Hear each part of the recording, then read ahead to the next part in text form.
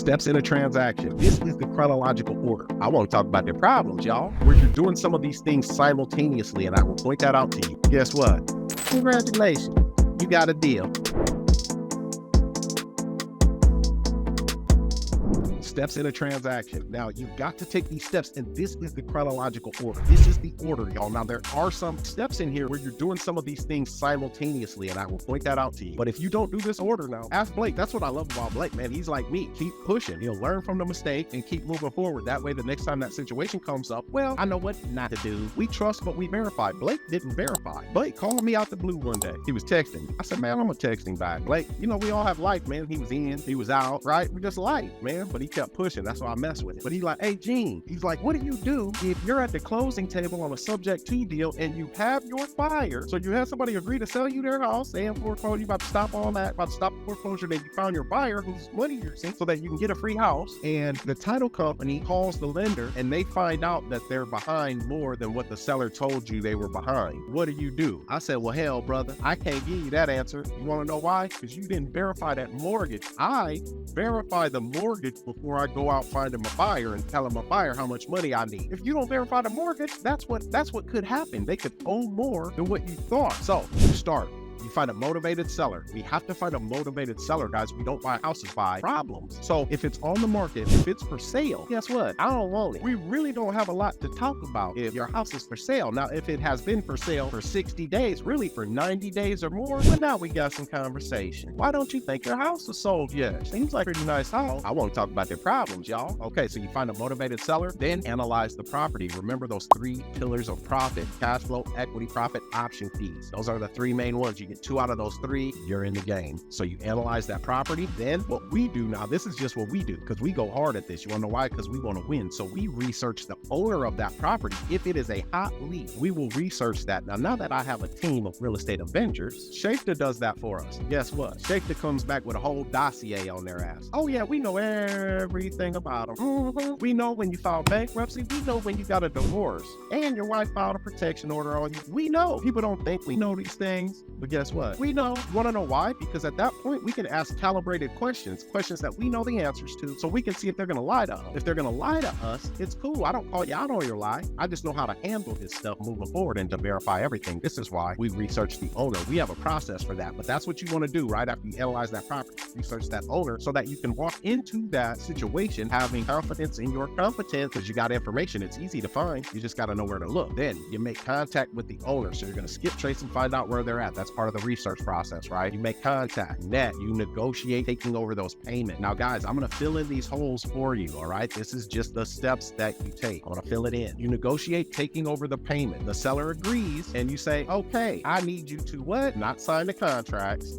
Not even sign the agreement. I need you to authorize the paperwork. Now, if you guys listened to the recorded phone call that I put up last night of my case study, that's what I said. I said, I need you to authorize some paperwork. So I was still almost kind of a little bit green back then, just a little bit. And so I slipped up. I said, I need you to sign the paperwork. And then I caught myself real quick. I was like, yeah, man, so I just need you to authorize the paperwork real quick. Drop some flames in the comments, man, if you guys listen to that recorded phone call. At least a 15-minute one. Somebody. I know that Zoom call was an hour and 50 minutes of pure gold. Hour and 50 minutes of straight up gold, y'all. What the? Y'all didn't hear that. Molly put y'all on. I love Chris Voss. He's from Iowa too. I used his, I can't even remember what it's called, but I used it. Maybe you'll know it when you hear it if you watch that video. Okay, somebody watched it. All right, so you get the paperwork signed and you set the closing date. High level tip here, listen to me. When you get a house under contract, you want to give yourself at least 30 days to close it, okay? Give yourself 30 days. In giving yourself 30 days, you now have at least 30 days to market that property, to advertise it, or sell by owner, rent to own, no credit checks, down payment required. Remember, we're going to use that down payment to pay for the house. So you want to give yourself 30 days to close because that's your time to market the property, advertise it, and you can legally do that because of the paperwork. Boom. So that's just a high level tip. Write that down.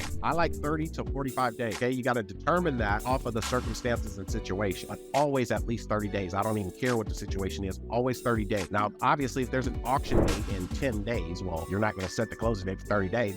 You're going to set it for 30 days, but you got to stop that auction. So the next step is you record your deal insurance, your memorandum of contract. As soon as you get that paperwork signed, the purchase agreement, you go record the memorandum of contract. You got to record that. That's what protects you because now, after as you get that paperwork signed, you've got work to do. And you don't want to go out and do all of that work for nothing, right? Because if somebody comes and offers them more money, and my wholesalers probably feel this that don't know what a memorandum of contract is, you probably lost a deal or two. So once you got that recorded, you're locked in, guys. You're protected. It's your deal insurance. You're good. Next, you find your title company and or attorney. Okay, after you record your deal insurance, if it's a subject to, that's what we need, a title company or an attorney. So you're gonna find them next. Now, this is what I would do, right? You're gonna do some of it simultaneously. So you can have your attorney. If you know you're gonna be out there doing deals, you're gonna find your title company and find your attorney. But like I said earlier in the VIP, step to them with confidence. Don't be over there kind of tiptoeing around. You're bringing them money. Without you, there is no money, all right? So you got your title company, you got your attorney. Next, you do your title search. Listen, guys, we do cursory title searches because we're really, really good at this. This is in our step 1 of our 7 steps to becoming the bank, okay? So in step 1, we have something called understanding how titles work. Listen, guys, I've had people who have signed a listing agreement with a realtor, or the realtor was a buyer's agent, right? So they're like, yeah, I want to buy this house. Boom. They go through underwriting. They go through everything, months of torture. They get to the closing table. They find out there's a lien on the property because they waited until the day of closing to do a title search. I can't understand that. I can't understand why a realtor wouldn't just do a cursory look, go downtown and look and see if there's a lien on there. It's that easy, but they just don't have the knowledge. So once you do that, so you can do a cursory title search and just see if the deal's worth moving forward. Are there liens on the property? If they are, how much are they? If they're not that much, or if they're old, we can negotiate them. Cool, I'll move forward, because that's now a negotiating. But see, I know this because I did that cursory search, because I want to be great at this, because I want to make a lot of money and I want to go on my kids. I mean, whatever it is, right? What that you want to do with it, you got to be good at something. And this is what you should be good at. Next, property inspection and due diligence. Now listen here, please follow me on this. Write this down. Let me make this big for you because this is important. From steps 6 through 10, okay? When you give yourself the 30 days to close, when you sign the paperwork on step 6, that is your property inspection and due diligence period. Those 30 days. That's what we call that, our due diligence and property inspection period in the paperwork. Well, but we also know that we're going to be advertising that property during that due diligence and inspection, okay? So you guys need to know that these are things that you are doing simultaneously once step 6 has been triggered. You sign a contract to buy somebody's house. Now it's on. That's when I'm like, let's go. We got a few of them right now that we're crushing the game on. We'll tell y'all some real life stories. So contact the lender to do what? Verify the mortgage. You've got to verify the terms of the mortgage, because the sellers will tell you anything. They'll tell you that they're not behind, and then